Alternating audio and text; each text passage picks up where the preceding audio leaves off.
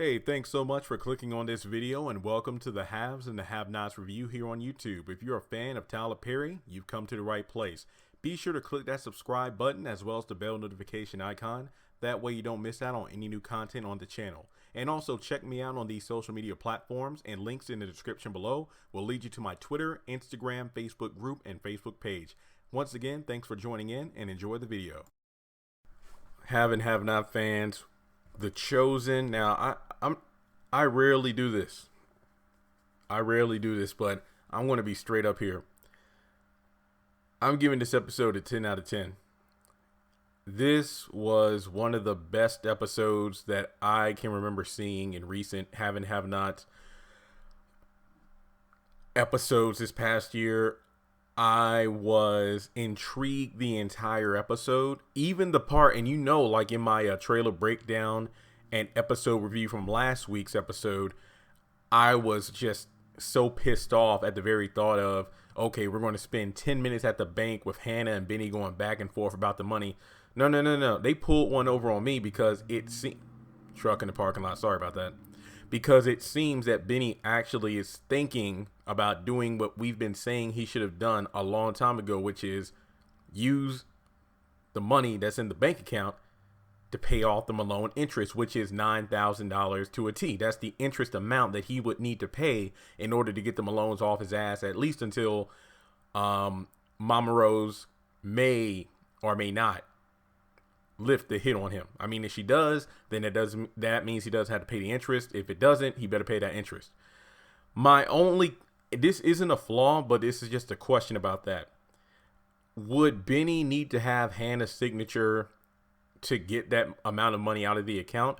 Or is a joint account something where you need both signatures in terms of wiring a transfer? Like, let's say if Hannah needs, let's just say, for example, there's $5,000 in their joint account. If Hannah needs to get out $500 for, let's say, electricity and food, groceries like the week or whatever, would she be able to do that without his signature on it? I mean, I'm not really familiar with how joint accounts work, so somebody tell me. But in any case, that's the only potential flaw I see in Benny's plan, because he did tell Mitch he had a plan about how to get the money. And with Mitch calling him saying that you need to lay low, my family's after you. And according to the two Malones he was speaking with, I want to say that one of them was Sandy Malone, the one with the, the more hair and the mustache. I think that was Sandy Malone, who obviously looks different from the last time we saw him. That bit between, what is it, like, is he your $9 bill? Apparently that's a gay joke or something. It's like, Mitch was like, you better not say that again. And he's like, look, I've been knowing you since I was changing your diapers and you were drinking out of your glittery, sippy cup. That was hilarious. And I know I'm out of order here, but let's just talk about the episode. I'm going to be completely honest. I have nothing bad to say. The only thing bad I have to say is that the cable blinked out on me during the scene where Hannah first walked into Catherine's house. So I did miss the first brief exchange between Jim and Hannah, but I do believe I got the gist of it. So we pick up where we left off, Charles and Candace together. Let me just say the two biggest takeaways from this, well, three. Number one, Charles knows everything, and I told you, did not tell you, Charles and his people were on it. They knew about the Quincy Maxwell thing. They knew about Candace pushing Oscar out of the window, the prostitution ring and everything going down. Like, they know everything. It's the freaking government. Number two, the fact that Charles was reading Candace like a kid reading the Christmas, what was it, Toys R Us's big Christmas book of toys, back when Toys R Us was open. Charles was reading Candace up and down, top to bottom, just like a kid reading that brochure. And the third thing is, so we knew that Quincy Jr. was cremated. We knew that for a fact. But what we didn't know what happened to the ashes, were they still at the morgue? Hannah obviously didn't take them because she only took the belongings that Quincy Jr. had on him, before he was cremated. But we never saw the ashes. So we know that Candace is carrying around her son's ashes in like a briefcase or suitcase. And my heart just broke at that. I'm like, damn, like, look, you know me, and I'm not trying to say like, oh, I'm flipping sides now, I'm feeling bad for Candace. It's not necessarily that. It's just the fact that we've only been seeing the Candace just been reckless, dumb, and, well, as Landon put it, a stupid bitch. going on about this money. But to actually see her semi break down, because remember, Charles, she did to him what she did to Landon and pretty much anyone else that brought up Quincy Jr. You haven't grieved your son, but Charles wasn't standing down. And I mean, he went from Barack Obama to freaking Ike Turner saying that, I'll slap your ass across the face. No, I'll slap your ass to the floor. You're into that kind of stuff, right? And I'm like, oh, damn. It's like Charles, what is it? What did he say? Like, yeah, I'm Charles, but on the campaign offices, on the campaign trail, they call me Chucky. And Chucky be a motherfucker. I'm like, damn. So basically, The Chosen, the title speaks for itself. Candace Young is the chosen. No ifs, ands, or buts. She is the chosen one. And I mean, I love this scene. What I really loved about this scene, let me talk about the third thing about the scene, was Candace pretty much doesn't trust Charles. It isn't just the fact. It isn't just a power struggle in terms of Charles has full control. He knows everything about her. Meanwhile, she doesn't know much of anything about him. And not even the fact that she's not in control. It's something that really made me perk up when I heard it. She talked about how she knows she can't trust something that doesn't feel right. Does that not sound like her mother? Does that not sound like her mother? Candace was saying the same thing about Oscar back in season 3, at the Sarandon Hotel. Like Candace and Landon would be hanging out at the bar area, and then Oscar would repeatedly come up asking, to sit with her, or after finding out she was a prostitute or escort, brought like $100,000 in cash to sleep with her. And she's like, you know what? I don't trust this. There's something about you I can't put my finger on. And I'm just like, that Candace Young is just like her mother. Anytime something seems too good to be true, it usually is. Same thing with Hannah. Oh, we got a new house for you. Here's a new car. Yo, we got some money. Even though she's in need of whatever is being presented to her, she knows in her heart that she can't trust it because something doesn't feel right. And she's usually 100% on the mark. Candace and Hannah are so much alike, guys. I'm telling you. But basically, Charles is like, you know what? You don't have a say in this. That's it. I mean, I don't really want to dwell on this anymore. I got a lot of videos coming. Let's just put it that way. But basically, Charles is now president-elect. He's going to be president in January, but that doesn't answer the damn question of what fucking month is it in the haves and the have-nots. You know what? I'm tired. I'm sorry for going off, but I'm just so sick of nobody explaining what month it is. Going by my calculations, it shouldn't be anywhere past freaking, what did I say? August or, yeah, August. Yeah, something like that. But in any case, let's skip around here.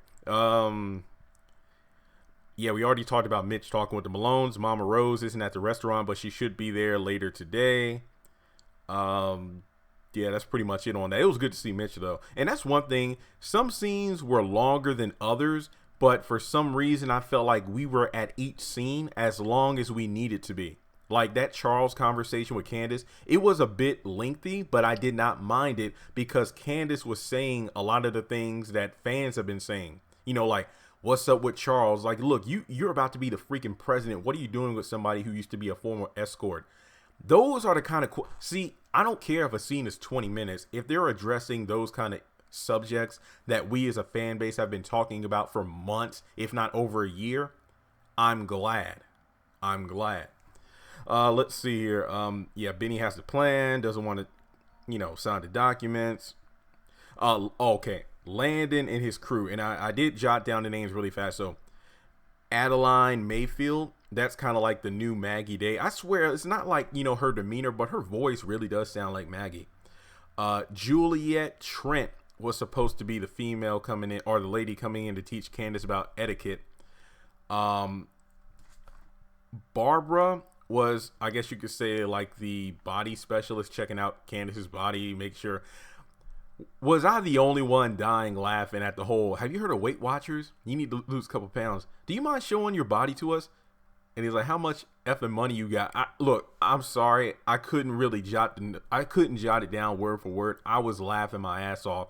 This scene, with them coming in, it reminded me of that classic movie, My Fair Lady, where you take pretty much a street rat and then try to make her into a, lady of an upper class. And if you're familiar with Disney, what's that movie? Anne Hathaway, The Princess Diaries, like giving Mia the makeover and all. That is exactly what it felt like. You know, this literally felt like a Disney princess moment where a woman who's not used to this kind of treatment or class of society is just thrown into greatness, and basically she's in a position where, yeah, she was living rough on the other side of the tracks, but she was in control of stuff. She had a say. Nobody told her what to do. But now all of a sudden it's like, wait, nobody's listening to me. And they pretty much shut it down. And my favorite part of it wasn't just the banter between Candace and the Landon and his team. It was Landon himself, because you know his ass was eating this up. I mean, the fact that, you know, Candace had a thug that made him pee on himself. Not to mention Landon doesn't like Candace to begin with because he wants straws for himself. But at the same time, I just felt like the body language of everyone in that scene was just hilarious. I mean, what was it? Candace was just like curled up on a bed asleep. Next thing you know, these people come in. I thought it was a news crew at first. I thought it was, but I'm like, wait, I recognize that woman. So that scene itself had me rolling. What was it? Candace like, I'm going to pack my stuff up, go somewhere else. It doesn't matter. We're going to find you. And what was it like? Oh God, a Landon. Have you seen what's in this closet? Yeah, leather, sparkles, horror attire. That scene was gold. That this episode could have been that scene alone, I would have been satisfied. That was hilarious. Let's see here. Okay, now we get to the part where the damn TV started messing up on me. Okay, Hannah goes over to Catherine's house. Several great parts about the scene. I'm not 100% mad at Jim because the scene was so well acted. So I want to give kudos to Renee, John, Crystal, and damn, even Aaron at the top of the stairs. I mean, if I'm not mistaken, this is the first time Hannah and Wyatt have seen each other face to face. I want to say since season 3. I could be wrong on that, but I think season 3 was the last time they saw each other face to face. I do like the fact that Wyatt knows that, you know, Hannah has the money, and I'm like, does this possibly hint at Benny and Wyatt meeting face to face at some point? I hope it does. But Jim being an asshole, you know what got me? Is like Hannah wasn't over the top in that scene in terms of how Jim was talking down to her. She pretty much shut his ass up by throwing it back at it. Like, you know, look, if you weren't laying, what did she say? Hang on. If you weren't laying with my daughter, none of this would have happened. And it's like, I wasn't laying with your daughter. I was fucking her. I'm like, damn. You know how sometimes I think they use too many bleeps and F-bombs? This was perfect. This was a scene that needed a bleep. It didn't need, oh, I was having sex with her. No. I was effing her. And technically, she was effing you over more than you were effing her. So there's that. What I love about those scenes is when there isn't a clear winner. It's pretty much, you know, Hannah didn't give up. It's like, you know what? I'm not going through this crap anymore. And what was it? When he threw it in her face, like, yeah, go into my car. That's, you know, my dead daughter's car. Man, damn. That was crazy. This scene is going to get its own video. Trust and believe that. It's just so much to dissect. I don't want to do like a 40-minute episode review. That scene was just so well choreographed in terms of the acting and the dialogue. That deserves its own video. I can't get into it now. There's just too much to talk about. Guys, that was one of the best scenes of the episode. Now we finally know why Hannah stormed away for the house. And I felt so bad because, remember, there have been plenty of times where it's been annoying as hell when Hannah doesn't want to have anything to do with Catherine giving her stuff. But I can definitely understand why. It's like, you're still married to that son of a bitch. I can understand Hannah's anger in that scene, but my question, and she is the mother of her kids. I can definitely understand that. But I'm going to say this much. I've never had $8 million.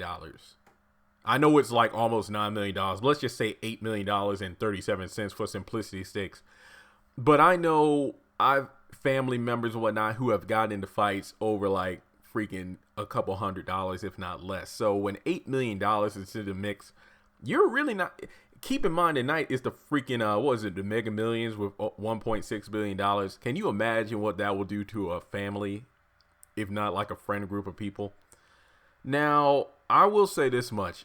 I could not say that I would be as calm, cool, and collected as Catherine in that scene if I were Jim, because of the fact that your son refuses to return money that not only that you two know isn't his money, you know it's our money, and we know that you have it. So why the hell is this transfer not going on? Like, I don't know if I don't know if I would lose it as much as Jim, but I don't think I would be as composed as Catherine. Let me just put that nicely. Because of the fact that your son won't sign that document, I'm not getting the money that's rightfully mine. True, it is Wyatt's money technically, but just follow me on this one. Now, I love to see her. What was it? She took off her shoes and was storming. Well, basically because she knew she was walking to the bus stop, so I doubt she wanted to walk in heels. Then Derek pulled up at the right time. Derek, that was hilarious. It's like, look, just breathe. It was like Derek was waiting for Hannah to exhale. It's like, I need to calm down. And then she finally let it out. And I felt so bad for Catherine because once again, she lost her best friend thanks to her trifling ass husband. But I mean, like, you know, Hannah talks about her still being married to Jim, but you still defend your children despite their actions that are putting you at risk. As Jim said, oh, I'm not threatening your son. How about I threaten you? But then the most interesting part was right before she walked away from the car. She said that if anything happens to my son, I swear, that makes me think that, oh shit, what the hell is Hannah planning to do with Jim? And that leads me to remember the Malones are coming after Benny.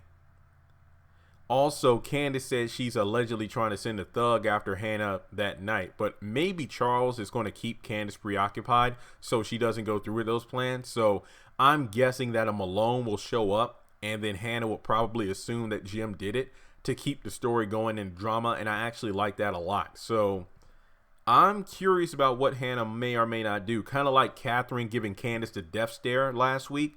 It seems like Hannah isn't too keen on not being the quiet Christian in the corner if anything happens to her son. So overall, what did she say? It's like, you know, what was it? It's like, give me a minute. Derek's just waiting there. I'm like, I wish Derek had a watch on, because I think he would be looking at his wrist, counting down the seconds. And what did she say? I'm going to the bus stop. I'm out. And then she just walked out. I just love it when Catherine calls Jim James. It's like, you know, they see it's like Jim calling Catherine Kate, and Catherine calling Jim James. Definitely good stuff. Wyatt calling Candace. One, how the hell did he get her number? Two, I love the idea that we have another potential team up. And once again, Candace isn't having it. But the fact that Wyatt wants to sabotage his parents even more because he's locked up, but he has access to her account numbers, makes a lot of sense. But I'm wondering if Broderick gets wind of this, what will he do to Candace? Because remember, he's trying to swindle Catherine of her money. But if Candace takes it first, it's going to be another rocky situation. Think about that. Veronica. Okay. Veronica was only in the Dern episode for like 4 minutes, but she stole the entire show. And keep in mind, I've enjoyed this episode up until that point. This is like at the last, 10-minute mark, at like 9:50. Pretty much sachets her way up there, asks for hot, steamy coffee, has a a bag full of clothes that she knows that Jeffrey would like on another man, spills the coffee on RK after giving him the first paycheck, and I'm like, yep, that money's going to be used for your funeral, RK, and sends it to the burn unit. What did she say? This nasty ass coffee. Sir, can you give me some vodka? Not that cheap stuff. I was done. Veronica stole the show, and she was only in it for a few minutes. Bravo. Bravo freaking oh. Then we get to the back half of the episode. David and Jeffrey drinking water, chest hurting. Guys, I called it. Heart attack. This is why you need to subscribe.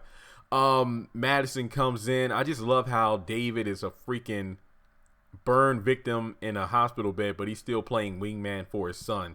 Awesome. He still wants Jeffrey to go back to the house to get that information for about Erica. But then we go back outside of the room, And that one FBI agent that's standing outside of the room, he's getting like a front row seat to everything that's going on. And he looked like he was enjoying it. You got Madison giving the domestic violence pamphlet over to Jeffrey, who's like, well, I'm a male. And I'm like, well, that is a bit ignorant to think that only women deal with domestic violence. And that's not the first time that somebody's giving you advice in the hospital. Like Hannah gave Jeffrey advice and her number to call, her number to call if he ever needs prayer or anything, because this was after Jeffrey's rage caused him to stab his mother. Wow. Then Justin shows up after calling Madison like 20 times within the span of 30 seconds. They go at it for a little bit. And the interesting thing about it is Madison seems as cocky as Justin, if not every other male that's gone off after Jeffrey. I mean, come on now. We've all had that crush in grade school and we weren't the most attractive person in the room. But then we catch up with him later on in life. We went to the gym, we lost weight, we bulked up, and we want to approach him. Yeah, not that easy. Jeffrey doesn't seem to have what is it about Jeffrey that makes these men go wild? That's what I want to know. Let's see here. Yeah, then the end of the episode is pretty much the heart attack scene. Yeah. What was it? The EKG. And David, look, I know David doesn't like making a fuss over himself and whatnot, but you're in a hospital. If something is hurting, tell the doctors. That's all I got to say. But Madison, I'm thinking that Justin is representing the bullies Madison had to deal with when he was a fat kid back in school. What's his name? Bobby Schaefer, that bully that Jeffrey beat up with the bat. Do you think that it's possible that Madison is going to be pushed as far as Jeffrey was, and he'll do to Justin what Jeffrey did to Bobby with that bat? I think that when it comes to the ass kicking, Madison's going to be the one to F up Justin. I can see that happening. But overall, guys, this was a solid episode. 10 out of 10. I'm definitely going to rewatch it. Let me know your thoughts in the comment section below. And it is sad, once again, that the show is getting so damn good right when it's about to end. We got 2 more episodes left for 2018. Let me know your thoughts in the comment section below. Subscribe if you haven't done so already, and I'll talk to you all soon.